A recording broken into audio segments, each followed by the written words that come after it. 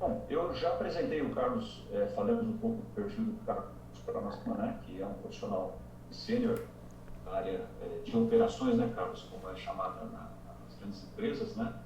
E também fiz o inverso. Falei, dei o perfil da nossa turma para o Carlos, né, que é uma turma de logística, que está fazendo uma abordagem logística, mas com a cabeça de comercial, abordagem comercial. Tá, E o Carlos montou um conteúdo para a gente, e ele vai conduzir nessa uma hora e pouquinho. E aqui, Carlos, a nossa aula ela acontece de forma aberta, tá? Eu não fecho microfones, vídeo, pessoal. Às vezes tem a pessoa um pouco mais tímida, que está em casa mais à vontade, que seja, não quer aparecer, mas está todo mundo ouvindo a gente aqui. tá. Então, esteja à vontade para conversar, interagir com os alunos da mesma forma. E aí a turma é sua, eu vou moderando, vou incluindo alguma coisa que possa ser interessante, ou que eu acho que a gente possa ter isso na discussão, mas a turma é tua. Bom, Bom, primeiro então te agradecer, Fernandes, pelo convite, né? Agradecer também pelo interesse de todos, né? Pelo assunto, que é um tema de interesse para nós todos, né? A gente sabe esse tema supply chain, logística, operações, seja lá o nome que a gente dê, ele é um tema complexo, né? Então, claro, muito difícil de dominar 100% dos assuntos. E a gente está ao vivo, então pode acontecer de tudo, cair internet, enfim, né? Então, se acontecer, a gente volta, né?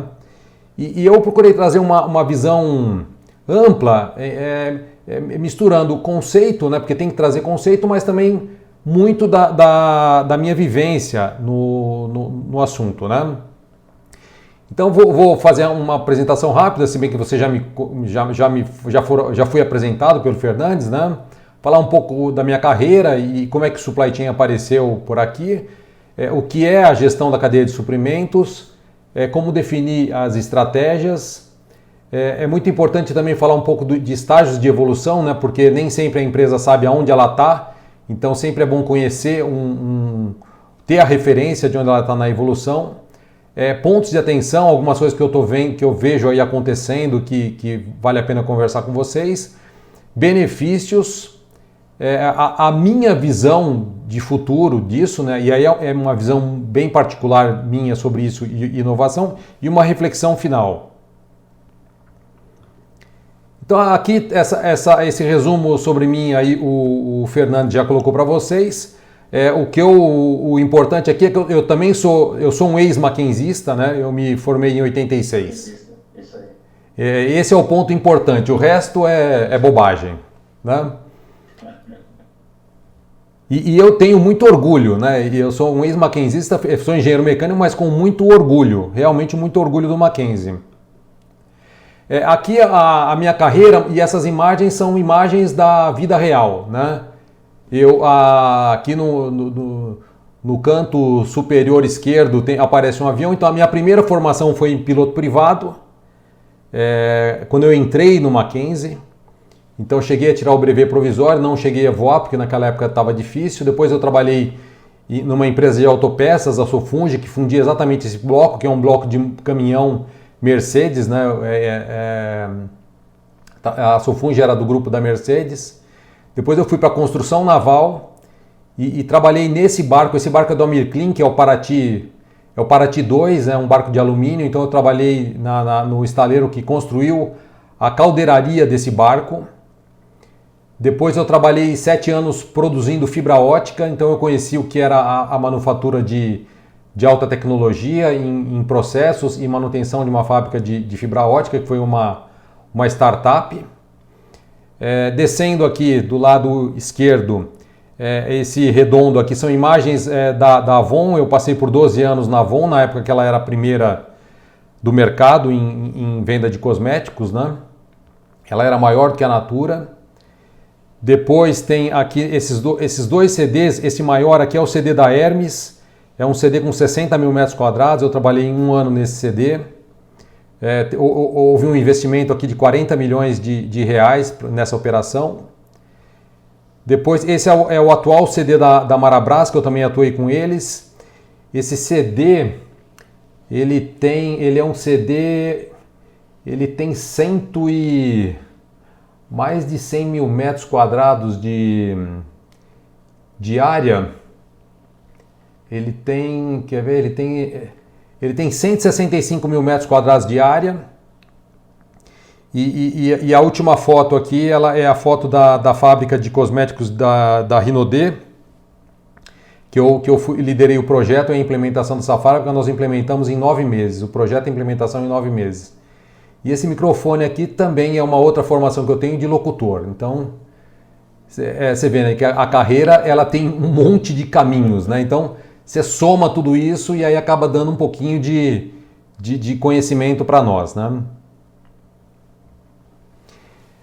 Essa linha do tempo, eu quero mostrar para vocês quando que supply chain apareceu, né? Então, se vocês olharem aqui, no ano de 86, foi o ano que eu me formei no Mackenzie, e veja só, né? A ISO apareceu em 87, então aqui são todas as revisões da ISO, e eu coloquei a ISO aqui porque como norma, né, de gestão, de padronização, o conceito é muito interessante, muita gente fez marketing disso, mas é muito importante para as operações ter o conceito de ISO 9000 na padronização de processo, nas documentações. Então eu sempre usei em todas as operações que eu passei conceitos de ISO 9000 na operação, né?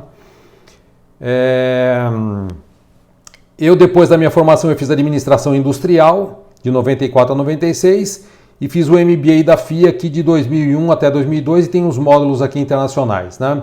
E 2004, quando eu estava aqui na Avon, né? Então essa barra aqui de baixo aqui nas empresas, quando eu estava na Avon em 2004 eu ouvi o termo supply chain e aí eu me interessei pelo assunto porque na época a Avon tinha um atendimento sensacional, então um piece fill rate de 99,5% em unidades e um order fill rate muito alto. Foi o momento que ela trouxe o termo supply chain e aí eu me interessei e falei assim, é por aí que eu vou seguir, né? E aí o tempo passa, em 2017 eu tive a oportunidade de estar no Vale do Silício num evento de supply chain, que foi um evento promovido pela Oracle. E em 2017 eu ouvi, né, tecnologias exponenciais, disruptivas à disposição e que existia na época uma emergência na implementação. Então, em 2017 tinha-se uma emergência de finalizar até 2020 as empresas implementarem essas tecnologias disruptivas. Então, 3 décadas se passam, né? E a gente não viu muita coisa em termos de tecnologia, a gente avançou muito em processo e sistema, e em 3, 4 anos você dá um salto em tecnologia. Então isso que é interessante, realmente houve uma disrupção na tecnologia. Então começando com o que é, né? O que é supply chain? Fazer a gestão da cadeia de suprimentos, ela envolve cada vez mais decisões complexas em um ambiente complexo, né? E cada vez mais dinâmico. Então, sincronizar as engrenagens não é uma tarefa simples, né? Mas o que é? Né? Na verdade, quando a gente tem, a partir de um consumidor, uma demanda, né, de um produto e uma expectativa de um serviço, a partir de um produtor, né, de uma manufatura, aí sim a gente vê a cadeia de suprimentos. Então a cadeia mais básica é eu ter um fornecedor fornecendo para um produtor que entrega para o consumidor. E aí a gente já entra com o conceito da logística, né, de dar fluxo para essa cadeia. Então, do lado do fornecedor eu tenho a logística de suprimentos, a logística interna no produtor e a logística de distribuição. E retornando aqui a logística reversa, fazendo o fluxo reverso de materiais. Então eu tenho insumos que são processados, transformados em produtos, serviços e são oferecidos para o consumidor, né? Então, quando a gente fala de supply chain, a gente nunca está falando só da nossa empresa, nós estamos falando de uma atividade que envolve o consumidor ou toda a cadeia downstream, né, toda a cadeia para baixo e toda a cadeia upstream, ou seja, tudo que envolve os fornecedores e os fornecedores dos dos fornecedores. E o desafio e o conceito é você equilibrar essa demanda, a demanda pedida, né, em quantidades, você equilibrar a oferta. Se você não tem esse equilíbrio, ou você tem a falta de produto, por não ter estoque para fornecer para o teu cliente, ou você tem excesso de estoque. Então, e aí, obviamente, que você tem custo envolvido nisso. Então, o desafio de supply chain é equilibrar essa demanda à oferta e, quanto ao serviço, atender às expectativas desse serviço. Também nem procurar superar muito, que você pode ter um custo envolvido nisso, mas também não frustrar o cliente com relação ao serviço que ele queria.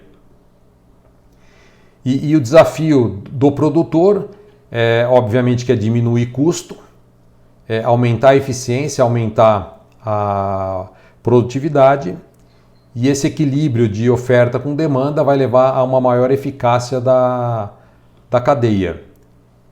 Custo, com menor custo você aumenta o lucro e com eficiência você dá sustentabilidade do negócio. Então esse é o objetivo de supply chain.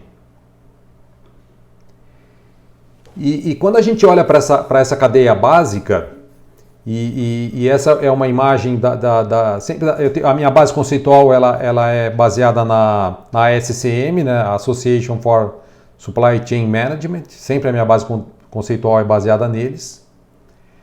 Você tem um fluxo de informação que segue nos dois sentidos, né? Informações que vêm dos clientes e vão até os fornecedores, passando pelo produtor, e vice-versa. O fluxo de materiais que vem do fornecedor e vai até o consumidor. O fluxo de pagamento que vem do consumidor para trás. E o fluxo reverso de produto, você trazendo os produtos de volta, né? Em caso de devoluções. E aí eu acrescento, né, dois fluxos que são específicos aqui nossos, né, que é o fluxo fiscal, né? Então você tem a partir do momento que você tem um fluxo de materiais que na verdade vem de um fluxo de pedido, e eu coloco o fluxo de pedido aqui, porque quando você desenha uma operação, existem várias formas de você definir quem faz o pedido para quem. Principalmente quando você olha para o e-commerce, né? O cliente, ele não necessariamente ele pode fazer o pedido para a empresa núcleo, mas ele pode pedir para um varejista, ele pode pedir para um mini distribuidor e pode pedir para o produtor, mas a partir do momento que você define um fluxo de pedido, você gera um fluxo de materiais. E esse material, havendo o fluxo de materiais, você tem o fluxo fiscal, né? No Brasil a gente tem a nota fiscal, então qualquer movimentação de material entre qualquer entidade dessa, você tem que ter um fluxo fiscal definido. Então sempre nos projetos das operações, a gente define o fluxo de pedido, avaliando as diversas alternativas e já fazendo análise tributária, e até para você avaliar se esse fluxo de pedido ele é permitido por lei dentro do segmento que você atua. Então aqui abrindo um pouco mais a cadeia, né, como eu falei, você tem um fornecedor, você poderia ter um outro fornecedor aqui atrás, o produtor, você pode mandar para um centro de distribuição, depois para um varejista, uma franquia, um distribuidor, um mini distribuidor, né? Você pode ter um consultor, no caso de utilização de um canal de venda direta, por exemplo, até que o produto chegue no consumidor. Então, quando você abre essa cadeia, fazer análise de todos os fluxos, começando do fluxo de pedidos, é super importante no projeto e na definição do modelo operacional.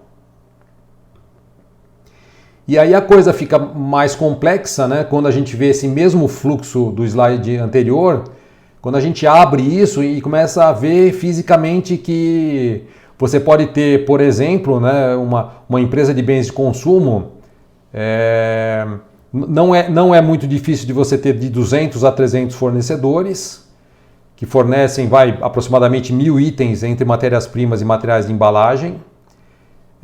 Você ter uma manufatura no Brasil ou não, né? Você ter terceiros produzindo para você, o que é bastante comum. E também é comum você ter uma manufatura no exterior. E você pode ter... tive uma experiência recente onde nós tínhamos 20 terceiros produzindo além da fábrica. Então, olhar para 200, 300 fornecedores, enviando materiais para 20 terceiros, mais uma fábrica. Vamos falar aqui, para exemplificar, 600 SKUs, mas já participei de operações com 15.000 SKUs, que mandam para um centro de distribuição de 1 a 3 para ser conservador. E você olhando para um distribuidor, para um varejo, também pelas cidades, né, pelas grandes cidades do Brasil, também não é muito difícil de você chegar a 300, 400 distribuidores, varejistas. E aí o produto passando por um consultor até chegar no teu cliente final. Então, quando você olha uma cadeia com essa complexidade, desenhar, ter esse projeto e essa operação projetada, vai fazer muita diferença quando você começar a execução. Então, a definição, na teoria, né, cadeia de suprimentos é uma rede global usada para fornecer produtos e serviços a partir de matérias-primas a clientes finais por meio de fluxo de informações, distribuição física e pagamentos. E a gestão da cadeia de suprimentos, ele é definido como um projeto, planejamento, execução, controle, monitoramento das atividades da cadeia de suprimentos com o objetivo de criar valor, construir uma infraestrutura competitiva, alavancar a logística mundial, sincronizar a oferta com a demanda, que é o que eu comentei com vocês, e medir sempre o desempenho globalmente, né, da cadeia como um todo. Então isso é extraído aí da literatura da SCM. E aí vem as estratégias, né? Então, por onde a gente parte? Como a gente vai definir as estratégias? Uma coisa que eu sempre comento, a estratégia de supply chain ela não é criada, ela é desenvolvida. Então, ninguém entra na empresa e fala assim, olha, nós vamos ter essa estratégia de supply chain. Não, você desenvolve a estratégia de supply chain a partir do plano de negócio. Então, a gente precisa conhecer o business plan, o plano de negócio, ou seja, precisa conhecer como a empresa o que ela vai fazer para competir, né? Qual é a estratégia de competição da empresa, como ela vai atingir essa competitividade, né? Como é que ela vai funcionar no ambiente dela, como é que ela vai satisfazer os clientes, como é que ela vai expandir os negócios, quais são os objetivos de curto, médio e longo prazo, enfim, como ela vai gerenciar a organização e desenvolver as suas capacidades dentro do negócio de forma que ela alavanque alcance os seus objetivos financeiros. Então, eu preciso conhecer o plano de negócio, eu preciso conhecer os objetivos de negócio, que é o que a empresa vai fazer e como ela vai fazer. E aí tem o Canvas acaba tornando essa compreensão muito, muito fácil, muito, muito simples, né? E a partir desse conhecimento é que eu vou desenhar a estratégia de supply chain. Então o supply chain é um projeto. Então eu uso os inputs do plano de negócio para definir as estratégias de supply chain. E aí são 3 fases super importantes que eu já falei várias vezes aqui. É importante ter um projeto, ter uma boa execução e trabalhar com melhorias contínuas, né? Ou seja, a estratégia da cadeia de suprimentos ela vai definir como que a cadeia vai funcionar no ambiente para que a empresa atinja as suas metas. Então, se a área comercial fala eu vou vender 1.000 e ela vende, a área de operações de supply chain tem que entregar esses 1.000 e ao menor custo e ao menor prazo, né? Então, a estratégia de supply chain sempre muito alinhada ao plano de negócio. E a gente falou de vários inputs, né? Então, para dar alguns exemplos para vocês, o que a gente precisa conhecer para definir um projeto de supply chain? Então, conhecer a proposta de valor, qual é o propósito futuro da empresa, quais são os valores da empresa. E aí eu dei alguns exemplos, né, que são meus valores, né, que eu me vendo com esses valores de ética, respeito, integridade, transparência e humildade, né? Por exemplo, né, se a empresa ela não adota a transparência como um valor, só para dar um exemplo para vocês que os valores eles definem um projeto de supply chain, como é que uma empresa que não quer ser transparente vai desenvolver parcerias com os seus fornecedores? Você na prática vai ser muito difícil de você ter uma cadeia eficiente interagindo com os seus fornecedores se a empresa não tem como valor a transparência, né? As políticas também são importantes conhecer para que isso entre na estratégia. Por exemplo, a Avon ela tinha como política, né, de cadeia de suprimentos que antes de cada campanha 70% dos itens estivessem no centro de distribuição. Então isso dá uma velocidade na cadeia e era uma política que era colocada pelo presidente da empresa, então a cadeia tinha que trabalhar dessa forma para que no início de uma campanha lá do folhetinho da Avon ela tivesse 70% em unidades dentro do CD. Quais são os macroprocessos e processos que a empresa já tem ou que ela deve ter? E quais são os riscos associados a esses processos, né? Então, existem negócios onde compras, por exemplo, é uma atividade de alto risco e de extrema importância. Então, isso tem que ser conhecido no momento da definição de um projeto de supply chain. A estrutura organizacional, é muito comum a gente ver estruturas que não são estruturas em fluxo, e aí você acaba gerando problemas de comunicação entre as áreas, e as pessoas não entendem como trabalhar como parte de um fluxo. É importante que a estratégia para as pessoas também seja entendida, então aí vem uma integração com o RH muito grande. A cultura organizacional também, e que a empresa tenha uma cultura de inovação, e que desenvolva uma cultura de inovação, e que essa inovação também venha para a supply chain.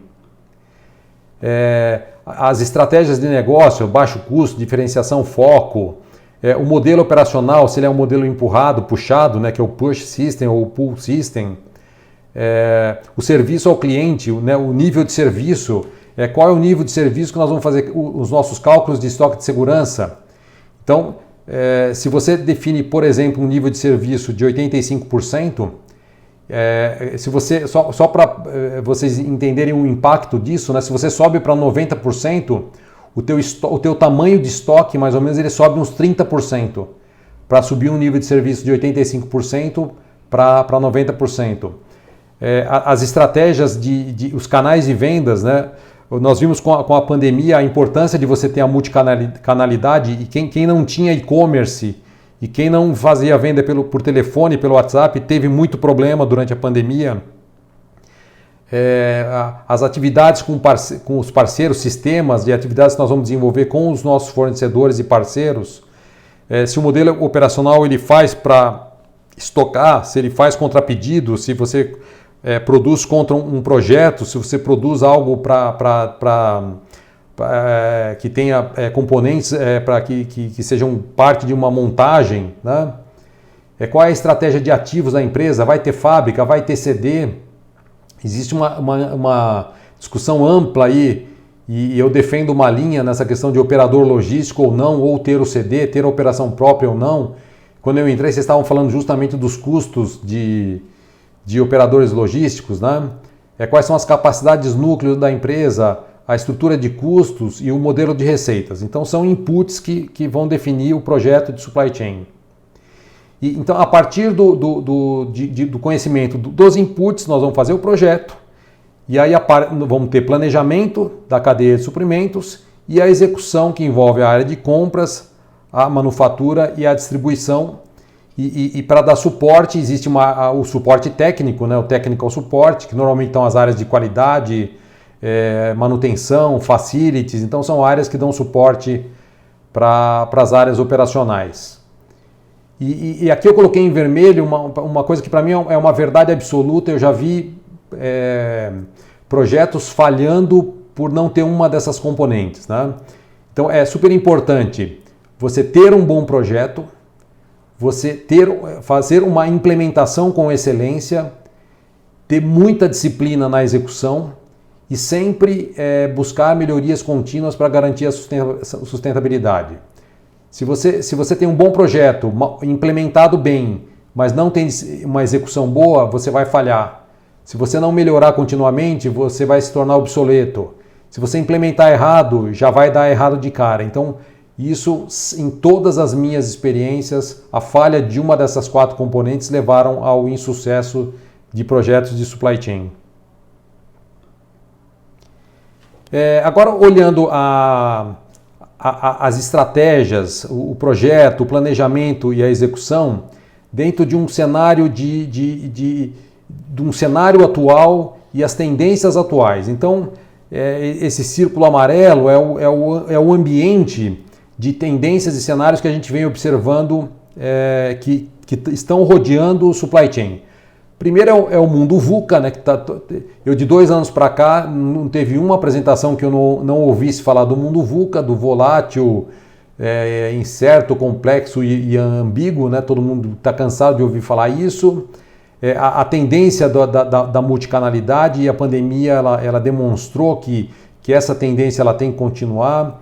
O minimalismo, mas aqui eu queria colocar o minimalismo no sentido de que nós temos que tratar temas complexos de uma forma simples e didática, né? Que é mais ou menos o que eu estou tentando fazer aqui com vocês, né?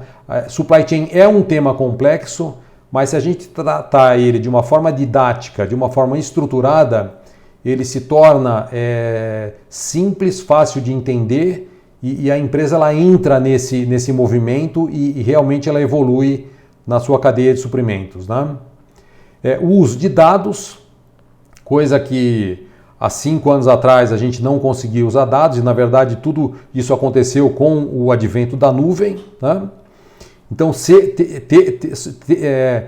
temos que ser guiados por dados, né, data-driven, e analisar esses dados. Então essa é uma tendência muito forte. Eu diria que a principal tendência que tem aí hoje no mundo é você trabalhar e tomar decisão com base em dados e não mais com opiniões, com cálculos incompletos, né?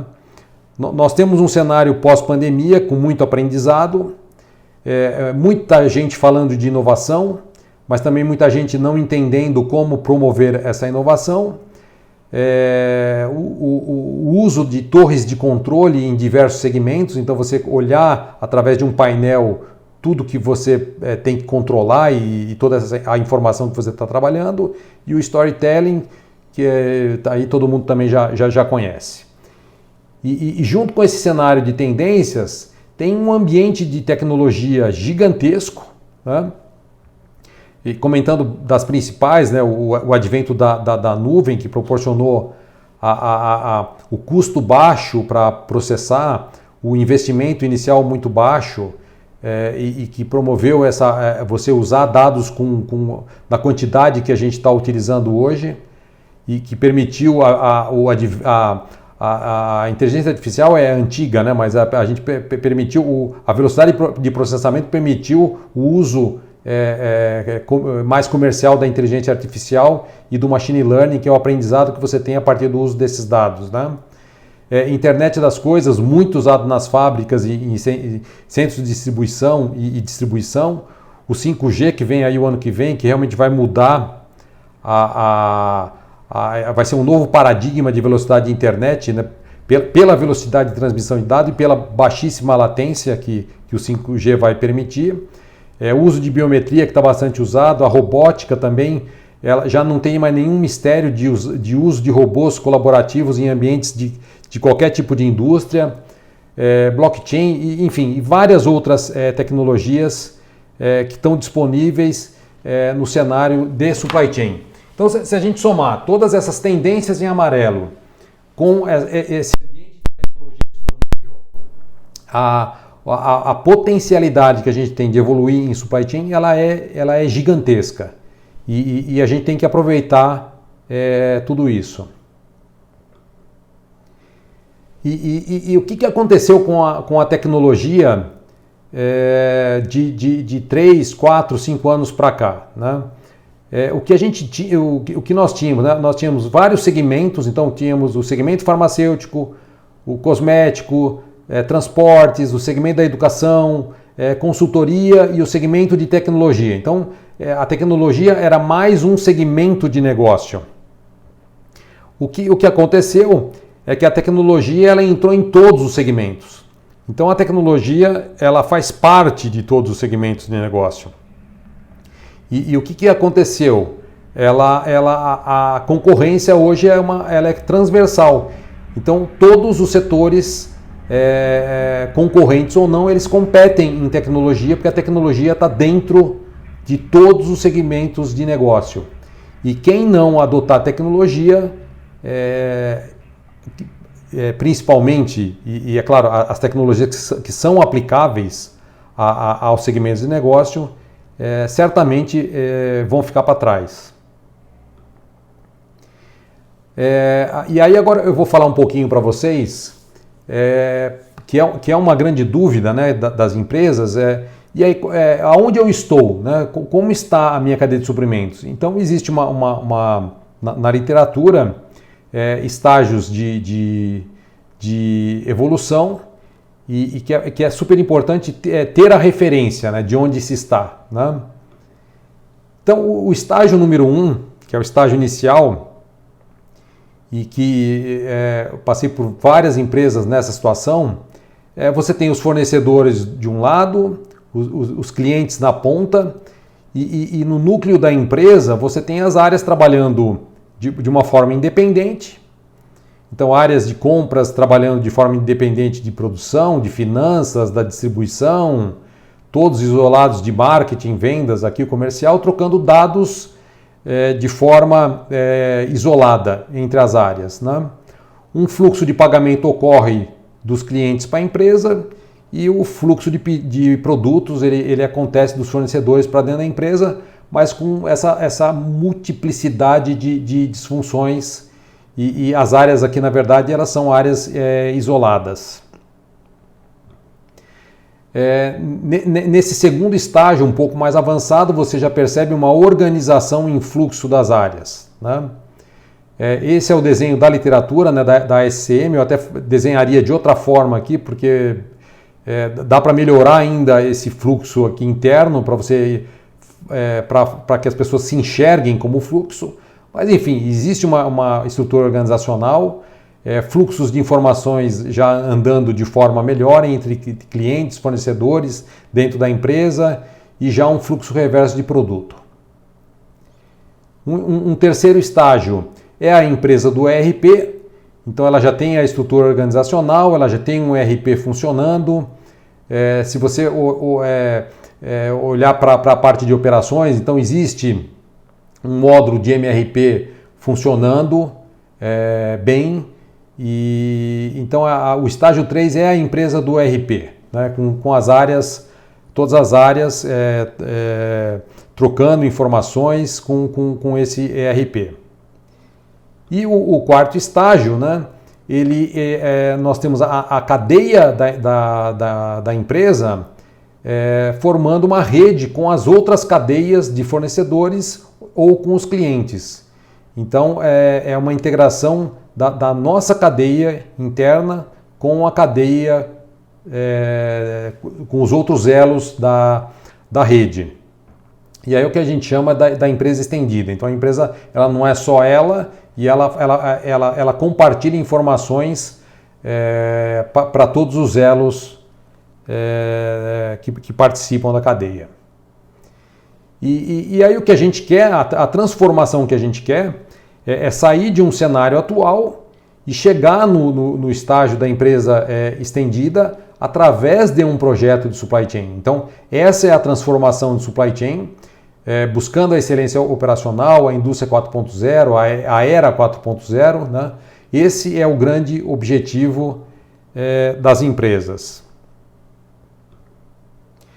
O que a gente faz, esse aqui é exemplificando um radar que a gente faz, que ele acaba sendo uma conversa sobre 20 critérios de supply chain, onde a gente estabeleceu um nível de maturidade em cada um desses 20 critérios e a gente traça um radar, sendo que quanto mais próximo do centro, pior é a empresa, o estágio de evolução, e quanto mais verde ela tem, melhor ela está, que ela está próxima do estágio 4. Então essa é uma ferramenta que a gente usa para dar uma boa referência para a empresa de como está o supply chain dela e as oportunidades já de melhoria. E com a empresa trabalhando em rede, aí entra o conceito da torre de controle, né? Então a gente tem áreas de planejamento, de compras, fábrica, distribuição, logística, o S&OP integrando todas essas informações e a reunião de S&OP também integrando a área comercial, a área de marketing, desenvolvimento de produtos, finanças, TI, todo mundo participando das reuniões de S&OP e também o suporte técnico, né? Principalmente a parte de desenvolvimento de produto, introdução de produto novo, todo mundo trabalhando em cooperação, né? Compartilhando informação e tudo isso sendo visto através de um Control Tower. Então, o que a gente via antes em fluxo, na verdade agora é uma grande rede de cooperação. E para tornar o papel do head, né, de supply chain um pouquinho mais complicado, ou para a gente reconhecer a importância, né, do papel do Chief Supply Chain Officer, né, além da interação com as áreas em azul aqui, que são as áreas de interação direta, ele tem que interagir também com o marketing, com vendas, com o CEO, com o RH, com finanças e com TI. Então, ele tem que ser um agente integrador de diversas funções dentro da empresa e ser o maestro das suas próprias áreas. Então, com isso a gente tem uma visão da complexidade do papel de um head de operações de supply chain. Aqui eu queria chamar a atenção de algumas coisas que eu venho observando, né? O pessoal é muito comum em apresentações a gente ouvir que tudo é 4.0, né? Então, não é só a era que é 4.0, não é só a indústria que é 4.0, mas tudo é 4.0. Então tem muita gente mais fazendo marketing do 4.0 do que propriamente trazer o conceito da indústria 4.0 para dentro da empresa, que na minha visão, aqui na minha opinião, é o uso da informação. Se você usa a informação e traz as tecnologias disponíveis, aplicáveis para o negócio, para mim essa é a verdadeira transformação. E todo mundo está chamando tudo de 4.0, trazendo até uma certa confusão, né? É o líder 4.0, o engenheiro 4.0, é tudo 4.0. Outra coisa que eu já observei também várias vezes, né? Tem muitas empresas automatizando processos ineficientes. Então, quando você tem uma operação ineficiente e você automatiza um processo de forma ineficiente, na verdade você está resultando numa operação de maior custo, porque você não aumenta a produtividade e ainda você tem um investimento que você vai ter que pagar uma depreciação do investimento que você fez. Então, o objetivo sempre qualquer implantação que você faz, qualquer melhoria de processo, qualquer tecnologia que você traz, qualquer sistema que você traz, tem que ter ganho de produtividade, tem que reduzir custo, né? Tem que trazer uma satisfação para o cliente, então tem que gerar um resultado. Implementar, por exemplo, um óculos num processo de separação com uma baixíssima produtividade, acaba sendo um instrumento de marketing e a produtividade que a gente quer, ela não vem. E aí a operação se torna mais cara. Outra questão, né, a diferença entre a chave, né, entre a chave comutadora, acho que esse é o nome dessa chave, né, e o potenciômetro. Né. O que acontece, nós nunca vamos sair da era 3.0, da indústria 3.0 para 4.0 num virar de chave. Então é impossível você querer sair do 3.0 e ir para o 4.0 achando que é uma mudança de chave. Sendo que tem muita empresa que ainda está no 2.0, que nem no 3.0 chegou. Então, na verdade, o processo de transformação ele é igual a um potenciômetro. Né? Então, existe um crescimento gradual, uma evolução gradual, que não é muito difícil de você desenhar um projeto de transformação que leve de 2 a 3 anos. Menos que 2, eu acho muito difícil um processo de transformação desse porte acontecer em menos de 2 anos. Então é de 2 a 3 anos, sendo bastante otimista. E sempre foco nas pessoas. Né? As pessoas elas são e sempre serão o centro das atenções dentro da empresa. Né? Agora, o que acontece e também é bastante comum, existem operações que nascem muito ineficientes. Então,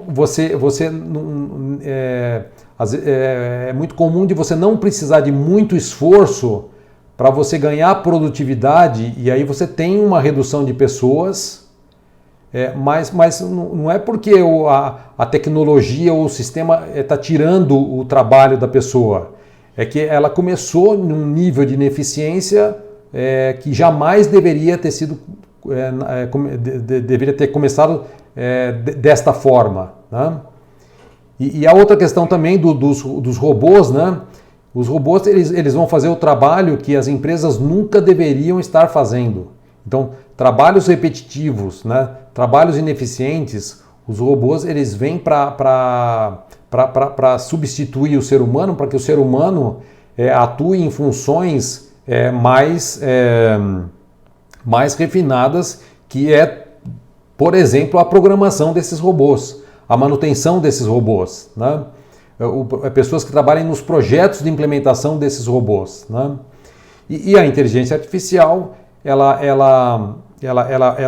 aumenta a velocidade da análise dos dados, né? Buscando as correlações para melhor tomada de decisões, coisa que o ser humano também não tem capacidade de processamento, né? Para fazer na velocidade que a inteligência artificial faz, que na verdade é pura matemática. Né? Então são tendências de o robô e inteligência artificial que não vão tirar o trabalho do ser humano, mas vão acelerar e vão tornar o trabalho mais eficiente e vai tornar as pessoas mais especializadas. E a palavra-chave, né? Muita cooperação e muita colaboração, e durante a pandemia a gente pôde observar muito isso, né? Muita cooperação, muita colaboração dentro das empresas e entre as empresas. Benefícios de implementar um projeto como esse. Então vamos falar de benefícios financeiros, é o dinheiro que importa, né? Acaba, né? Que é sempre importante o dinheiro, né? Na verdade, na avaliação de viabilidade de projeto, é o benefício financeiro que vai contar para ver se justifica ter um investimento desse, mas como benefício, aumento de faturamento, então você já de cara você aumenta o teu faturamento por ter disponibilidade de produto. Eu já passei por situações onde a empresa tinha 60% do estoque zerado no momento em que eu entrei na empresa, então imagina a perda de faturamento que ela tinha. O nível de estoque em dias é outro indicador também, você tende a baixar o nível de estoque por melhor planejamento, o valor do estoque, perdas de estoque e incinerações, ou seja, você monitora melhor a obsolescência do teu estoque, você se você não tem, você passa a ter orçamento de compras, então você sabe o que vai gastar para compras de materiais produtivos, você melhora o teu fluxo de caixa, você passa a desenvolver o orçamento. Se você não tinha um orçamento, é fundamental desenvolver o orçamento anual para você ter controle e a gestão da tua parte financeira. E da mesma forma, o desenvolvimento de CAPEX, né, despesas com capital, com investimentos. É muito forte o controle de custos, a redução do custos de mercadoria vendidas, porque você tem planejamento de compras muito melhor, com melhor planejamento, controle de despesas, controle de savings, você passa a monitorar todas as economias que você tem com os projetos e as ações internas. Você monitora a tua margem de contribuição unitária e também a margem de contribuição horária, porque tem produtos que você tem margem menor, mas tem um giro muito maior, então no final do dia você tem uma margem muito maior pelo giro do produto. Você desenvolve estratégias de precificação, você passa a olhar o teu balanço patrimonial e o teu demonstrativo de resultados, olhando todos esses parâmetros financeiros, principalmente de estoque e fluxo de caixa, ativos, passivos. Você passa a olhar isso, que é fundamental na área de operações. E para as pessoas, a gente passa a ter uma cooperação interna muito grande. A gente desenvolve, né, implementa e transforma a cultura da empresa para uma verdadeira cultura de inovação e colaboração. As pessoas trabalhando em fluxo, elas melhoram muito a sua comunicação interna. Existe um aprendizado, principalmente pelas novas práticas de treinamento que são desenvolvidas. A tomada de decisão com base em informação, ela é chave em tudo isso, a gente já falou várias vezes. Elas passam a entender o seu papel no negócio e na estratégia da empresa e passam a influenciar a estratégia da empresa. Eu já passei por várias situações onde as pessoas passaram a influenciar a estratégia pela participação nas discussões que a gente fazia. Isso, claro, amplia a visão do negócio. Há um aproveitamento dos pontos fortes das pessoas e das suas potencialidades. Também a gente trabalha muito forte com isso. E aí a motivação para o trabalho ela é muito maior. Realmente muda a forma como as pessoas passam a se automotivar e motivar os outros. Além disso, tem uma série de outros benefícios para a operação de curto, médio e longo prazo, que eu não vou entrar aqui porque é bem grande aí essa lista de benefícios, e também benefícios estratégicos para o negócio, que eu também não vou entrar aqui pelo tempo.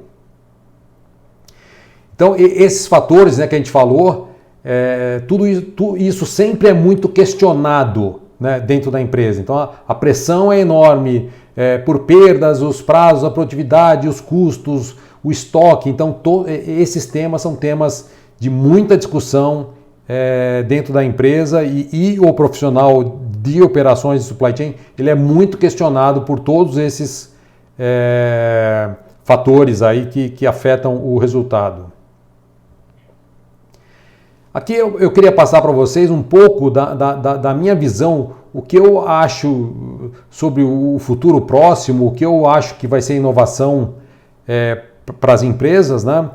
Essa é uma frase que eu escrevi, essa frase é a minha opinião, aqui eu estou retratando a minha opinião, né? Eu acho que as empresas inovadoras e de sucesso, elas serão as que aplicarem num cenário de médio prazo, não é nem um cenário de longo prazo, no médio prazo, curto e médio prazo, com criatividade, com competência, incentivando internamente a cultura de inovação, olhando a sua proposta futura de valor, ou seja, aonde a empresa, o que ela enxerga como valor no futuro. Por exemplo, se a empresa acha que os insumos ou a produção ela tem que ser feita no país para valorizar a mão de obra do país, então se ela tem isso como uma proposta de valor, obviamente que ela não vai trazer um produto da China. Então, é só para exemplificar aqui. Então, se ela faz tudo isso, aplicando essas tecnologias que estão disponíveis nessa nova era, né, com toda aquela análise financeira que a gente já comentou, o projeto ele tem que ser viável financeiramente, tem que ter payback, tem que ter valor presente líquido, para que ele seja viável a sua implementação, né? Então, essas empresas, na minha opinião, serão as empresas que serão inovadoras, né? E as que trabalharem, e as que nascerem digitais, serão as verdadeiramente inovadoras, né? Diferente do ser digitalizado, que eu vou comentar um pouquinho mais para frente. Então, usar com criatividade, com competência, o que está disponível, eu acho que vai tornar muita empresa que as empresas vão fazer a diferença e acho que serão consideradas inovadoras quem fizer esse uso bem feito. E aqui, voltando para os fluxos, né? Se supply chain é fluxo de informação, tem nuvem, Big Data, inteligência artificial, RFID, código de barra, os óculos aqui de realidade virtual, realidade aumentada, o MES, né, sistemas de execução de controle de fábrica, internet das coisas, sensores, a biometria, são tecnologias disponíveis que a gente pode usar para melhorar esse fluxo de informação, para materiais, blockchain, drones na movimentação, robôs, os WMS para controlar os estoques, geolocalização, enfim. Todas as tecnologias são aplicáveis para resolver problemas nesses diversos fluxos que fazem parte da cadeia. E no futuro, né, a gente olhando o nosso painel de controle, né, então a gente conseguir enxergar a nossa cadeia através de um grande painel de controle. Aqui só para sair daquela imagem anterior, né, que é uma imagem construída, né? Esse aqui foi um evento de um fabricante de tecnologia de display para torres de controle. E então aqui nessa foto à esquerda a gente vê um grande painel com uma definição muito boa para fazer controle de operações. No centro e à direita, essa é uma tela transparente. Então, o que a gente viu na tela anterior, que é uma ilustração, né, já existe. Então, essas telas transparentes elas estão disponíveis e os painéis de controle também estão disponíveis para esses projetos de Control Tower. Falando agora um pouco de o que mudou, né, de 10 anos para cá, né? Isso é a minha experiência, eu vivi isso, né? Há 10 anos atrás a gente falava de servidor e eu era um defensor da informação na mão, né? Eu sempre defendi ser proprietário da informação, hoje está na nuvem com custo baixo, o processamento é muito mais alto do que qualquer servidor que a gente compre aí no mercado. Então você tem custo baixo, velocidade de processamento alta, segurança da informação. Nós saímos e na verdade a nuvem propiciou esse trabalho, o uso de dados como a gente está usando hoje, né, pela quantidade de informação que a gente consegue processar na nuvem. Saímos de uma visão de processos e sistemas, né, para uma visão de implementação de tecnologia. Então a área de TI deixou de ser aquela área de implementar sistema, de resolver problema com a impressora e realmente tem um papel importante na implementação das tecnologias. Uma tendência de ir para o sistema puxado, né, sair do sistema empurrado e ir para o sistema puxado, que é o sistema Toyota de produção, né, baseado em demanda, não em previsão.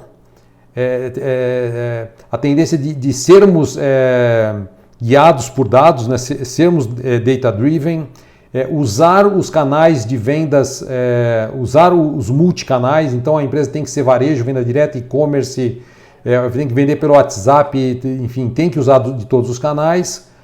Usar o Control Tower, como a gente já comentou, né, ao invés do gerenciamento por área. Aqui eu tenho visto uma confusão, né, sair do papel ou do analógico, e as empresas estão indo para o digitalizado. Né? O e-commerce é um exemplo disso. Né? A empresa que vai para o e-commerce ela não é digital, ela é digitalizada. né? Ela apenas digitalizou as informações dela e colocou numa plataforma de vendas. Então o e-commerce não é ser digital, o e-commerce é ser digitalizado. Mas há a tendência de sair do analógico e ser realmente nativo digital. Avanços nas formas de pagamento, a gente notou isso, todo mundo está percebendo isso, né, esse avanço nas formas de pagamentos, agora com o Pix, né? Sair do individual e ir para a cooperação, sair do pensamento linear e ir para o pensamento não linear, isso serve também para a carreira, né? Você não seguir uma carreira linear, mas você tem uma possibilidade de uma carreira não linear, você transitando por vários processos e várias tecnologias e não sendo tão linear como nós fomos, né, na nossa carreira, né? E o profissional mais criativo, mais inovador, ele tem que conhecer de estratégia, tem que ser estratégico, tem que ter base conceitual e tem que ter vivência também. O pensamento linear que nós já falamos tem que ser adaptado, flexível, tem que ser mais tecnológico, tem que conhecer mais de tecnologia. Hoje, qualquer profissão, você tem que... Todas as tecnologias que nós falamos aqui, elas valem para qualquer profissão. Ser digital, ser resiliente, usar a inteligência artificial também, que isso você usa em qualquer tipo de negócio, conhecer estatística, cooperar, ter empatia, ser empreendedor, buscar o autodesenvolvimento constante e olhar para o futuro. Você tem que estar sempre olhando para o futuro, né? E aí, para finalizar, eu queria fazer uma reflexão com vocês. Aqui eu dou os créditos para o Thiago Matos, para quem não conhece, o Thiago Matos ele tem uma empresa que chama Aerolito, ele pensa é um pensador sobre o futuro, né? E ele tem uma frase que ele diz o seguinte, né? Quem não pensa sobre o futuro resolve o presente com as ferramentas do passado, né? E se a gente para pensar no que ele fala, né, é exatamente isso. Se a gente está parado aqui, a gente vai usar sempre as ferramentas do passado, né? Então, sempre olhar para o futuro. E aí a gente fala, mas na minha empresa nada disso se aplica, a gente não consegue aplicar, não dá para fazer, a cultura não permite, tudo isso é uma utopia, né? E até pode ser uma verdade, pode ser uma utopia, mas a gente tem que se inspirar, né? E nessa frase dele também é muito sábio, né? Porque a gente precisa se inspirar nessas utopias, né? Porque quem não se inspira nessas utopias, né, resolve o presente também com as ferramentas do passado.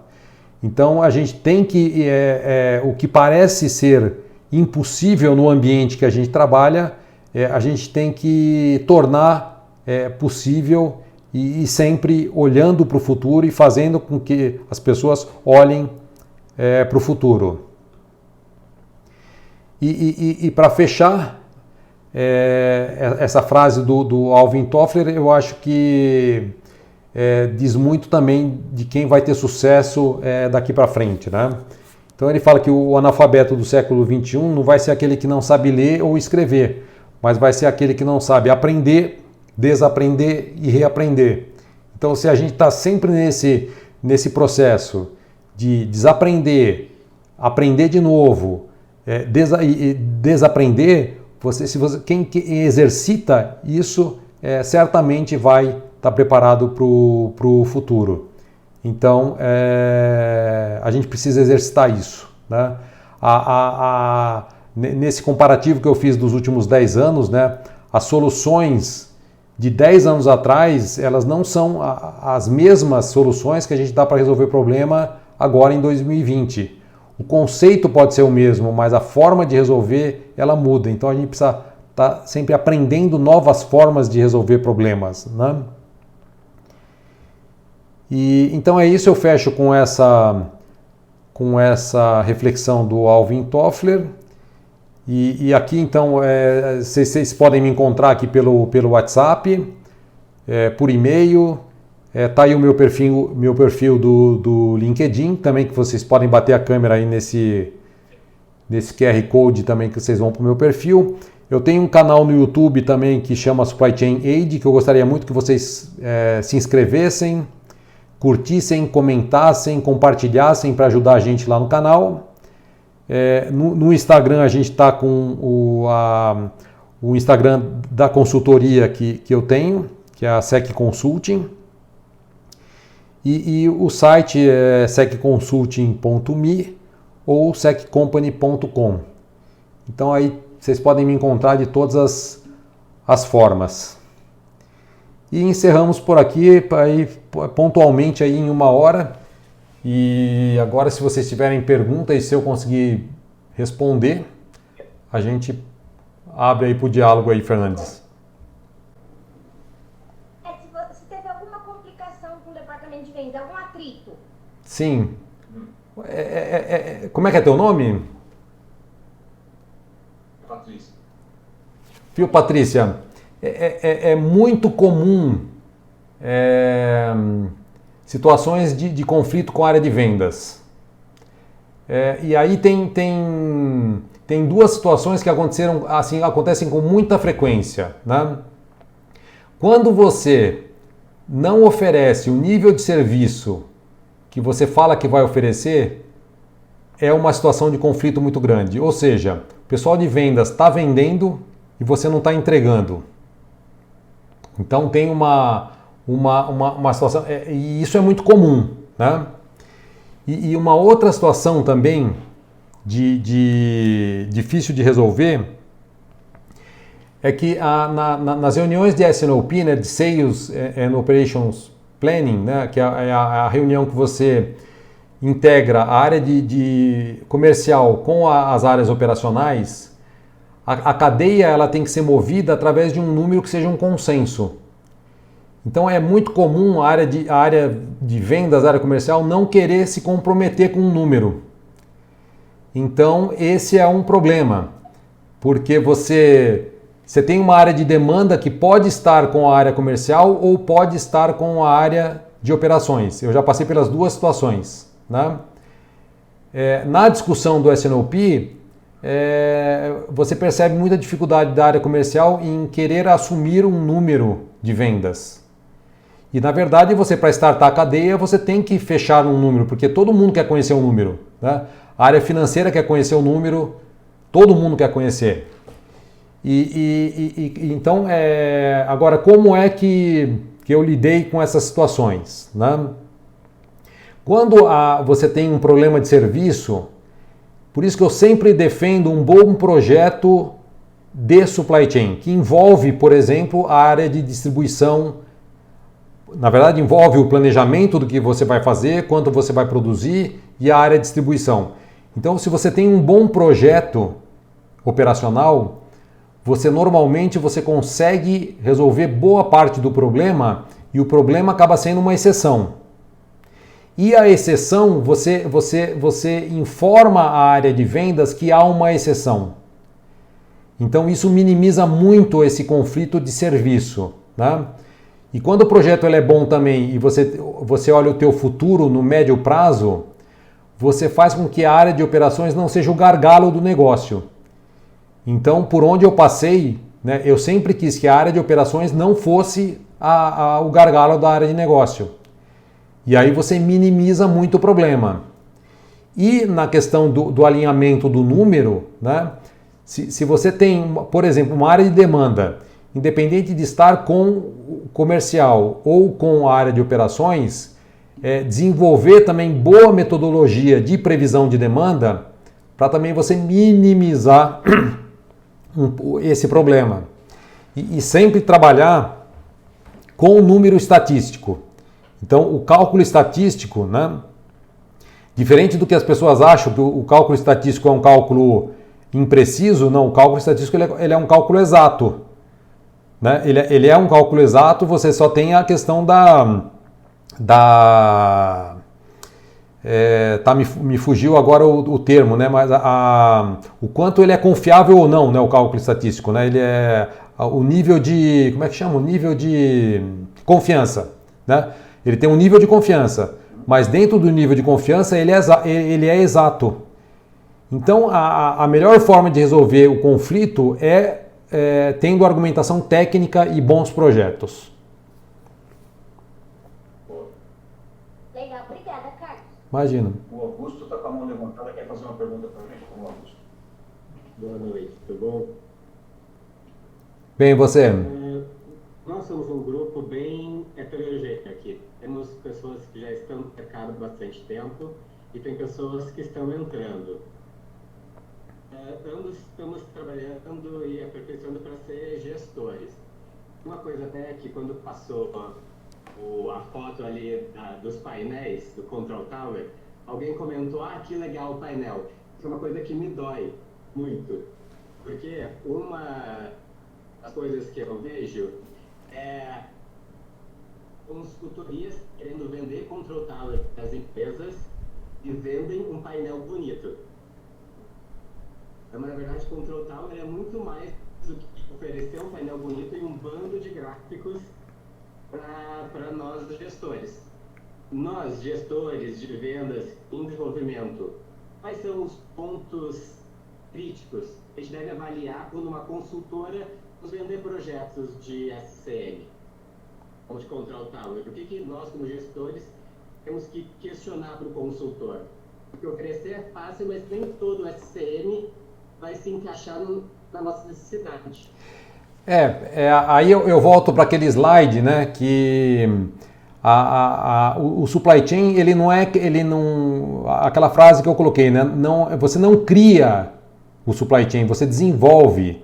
Então você tem que conhecer aonde a empresa quer chegar, você tem que conhecer a estratégia da empresa para você definir a tua estratégia. E você viu a quantidade de inputs que você tem ali para você definir a tua estratégia. Cada empresa vai ter um projeto diferente da outra. As experiências passadas minhas de Avon, Hermes, Rinodê, enfim, qualquer experiência passada minha, DHL, eu não vou conseguir aplicar diretamente em nenhuma empresa, porque o plano de negócio dessa empresa ela vai ser totalmente diferente de qualquer experiência que eu já passei. Então esse já é o primeiro ponto. Você não consegue levar nada, não tem receita de bolo pronta. O que tem é conceito que você vai ouvir aonde a empresa quer chegar e você tem, eu dei um exemplo de valor, né? A empresa pode ter um valor que muda completamente o projeto. Ela pode ter uma política que muda completamente o projeto. Então isso muda o projeto. Mudando o projeto, vai mudar a implementação e a execução. E a forma como você vai definir os indicadores para medir essa operação, ela é totalmente diferente. Então não tem Control Tower que é pronto de uma empresa para outra, né? Então não tem. A argumentação é o seguinte, a empresa de consultoria ela tem que vender um projeto que ela vai conhecer como você vai operar, conhecer qual é a tua estratégia e a partir disso ela vai desenhar a operação adequada para o teu negócio. E obviamente que o indicador de desempenho é uma consequência disso. Eu vou te dar um exemplo assim, também é muito particular meu, assim, né, que eu tenho certeza que talvez vocês não concordem com o que eu vou falar e a literatura não concorda, mas na fábrica, né, ou em centro de distribuição, você tem um indicador que é a eficiência global do equipamento. Né? Eu não gosto desse indicador, porque você mede através da eficiência global do equipamento vários indicadores e você mostra um resultado que, na minha opinião, ele não traz a visão que eu preciso ter da operação. Então,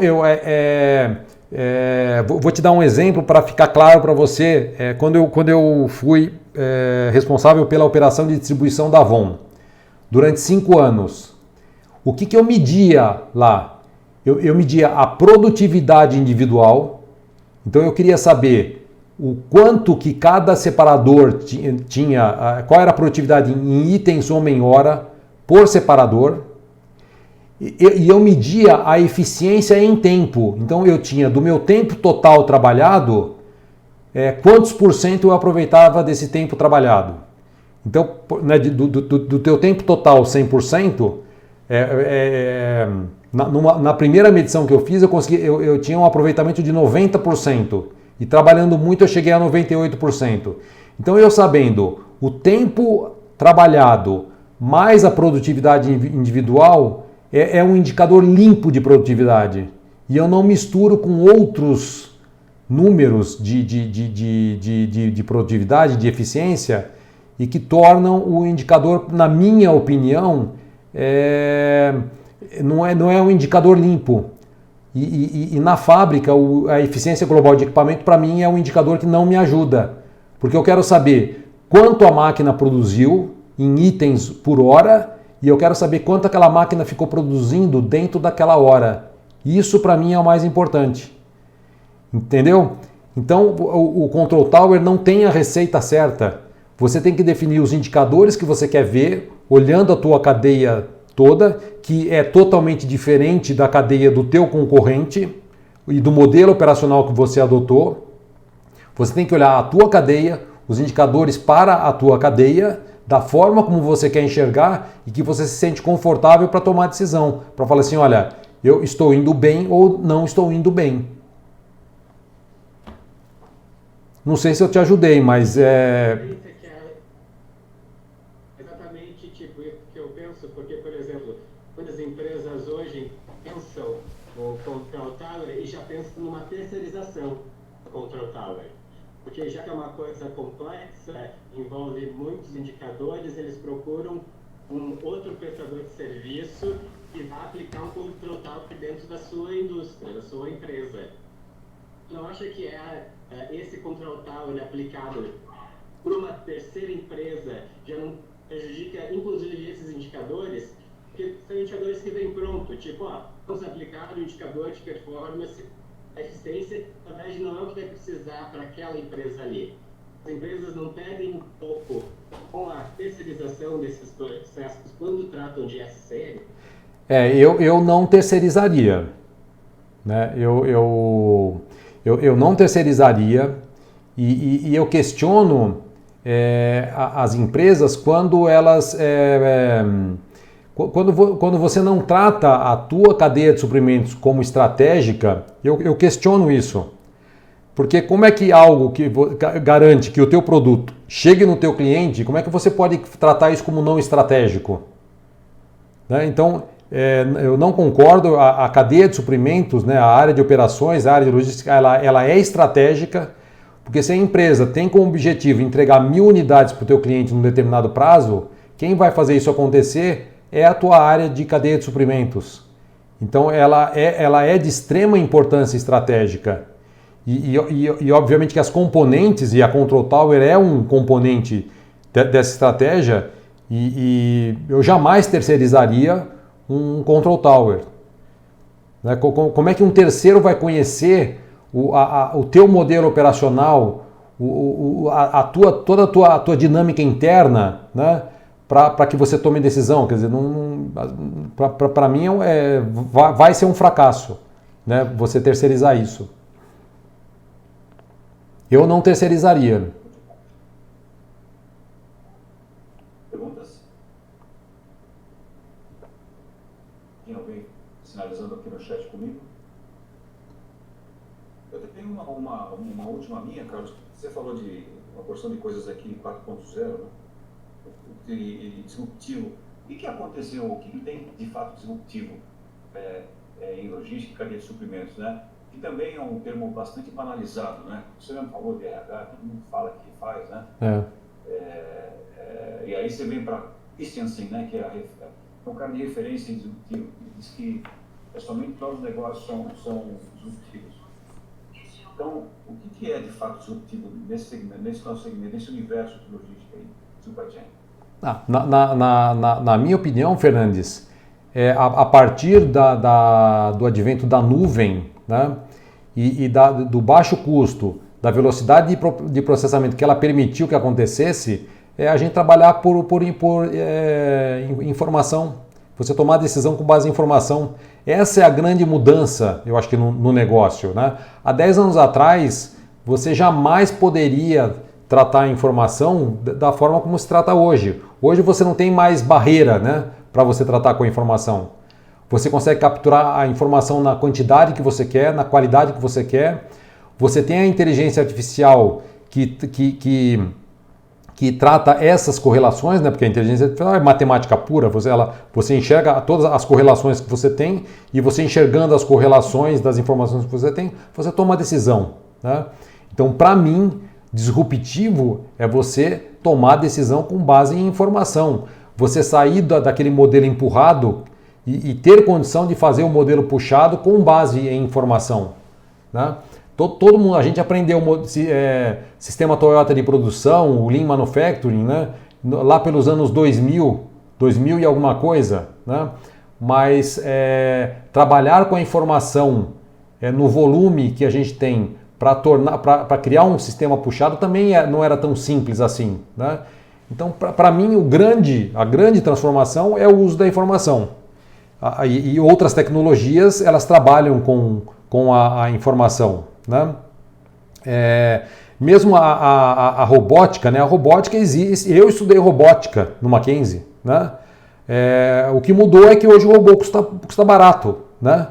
Hoje um braço de robô que substitui uma atividade humana custa o valor de um funcionário operacional. Então você tem um payback de um robô, de um braço de robô de 1 ano e meio a 2 anos, que é o que custa um funcionário operacional. Né? Então isso não é disruptivo, isso já existia, só caiu o custo. Né? Então, na minha opinião, é você tomar a decisão com base em informação na velocidade que a gente precisa. Eu acho que isso que mudou, né?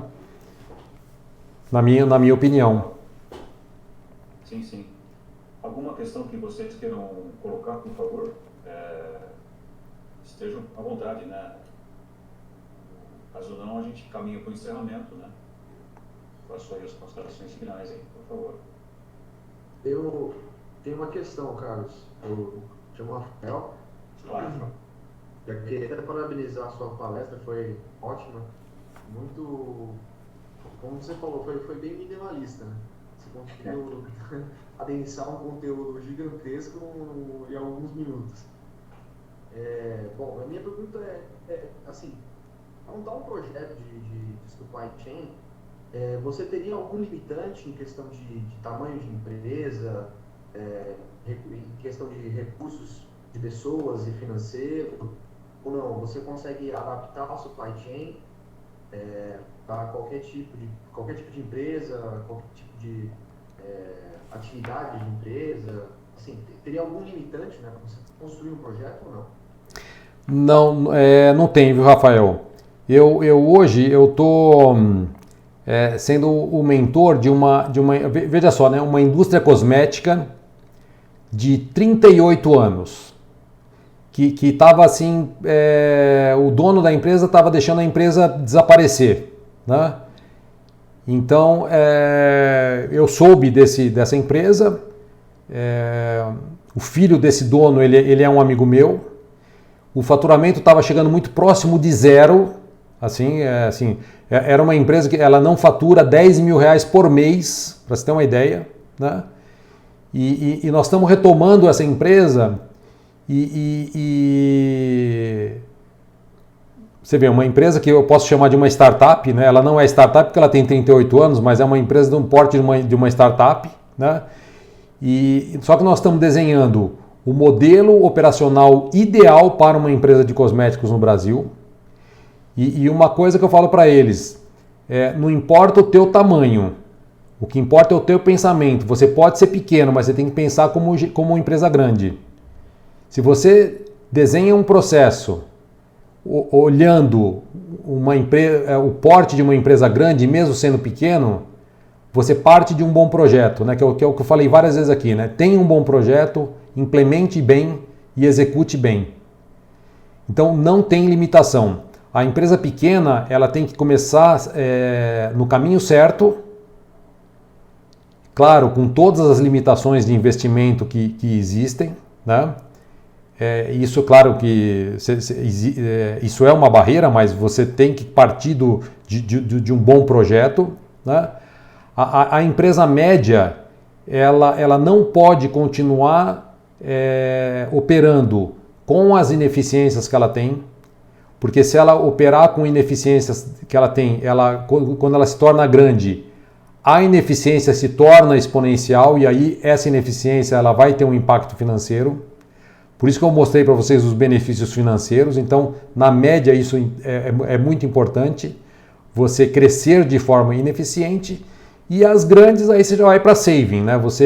Na empresa grande, você já entra e você encontra grandes oportunidades de redução, né? Você encontra grandes, né? Então, são 3 cenários diferentes, mas que você aplicando o conceito de supply chain na medida certa, você consegue fazer a pequena ser média e a média ser grande e a grande ser cada vez mais eficiente. Então não existe uma barreira para você conduzir um projeto desse pelo tamanho e porte da empresa. Legal. Boa. Uma questão? Um ponto a colocar? Bom, Carlos, eu de verdade agradeço a tua participação conosco. Foi assertiva e o que eu acho legal é que as pessoas fazem aquilo que elas pregam, né? Você falou do minimalista, tem uma porção de... Você me disse um negócio que essas conversas nossas, que eu também passei por isso. Eu aprendi muito nessa quarentena, assisti muitas lives. Só que muito que foi falado foi pouco aplicado, né? Você falou uma porção de coisas bacanas, mas o cara faz a coisa do mesmo jeito. Que você foi consistente, foi minimalista e foi bem assertivo. Nesse universo gigantesco que é o tema que a gente tratou aqui. Eu te agradeço de verdade pelo teu tempo, pela tua dedicação com a gente. Eu reporto isso para cima lá para os meus chefes, né? Informo o que houve por aqui, como é que aconteceu a aula, né? E de verdade te agradeço pela tua disponibilidade com a gente e por acrescentar temas conteúdo tão relevantes e atualizados como você trouxe para a gente. Bem? E para mim é uma honra, viu, Fernandes? Eu faço isso com muito carinho, né? Com muito prazer. É um tema que eu gosto muito. Trabalhar com isso não me cansa, sabe? Realmente, assim, por mais complexo que seja o tema, é um tema que eu gosto muito. E quando você vence essas barreiras, né? Quando você implementa esses projetos e quando você tira a operação do gargalo e faz o negócio crescer, né? Traz uma satisfação muito grande. Então, assim, estou à tua disposição.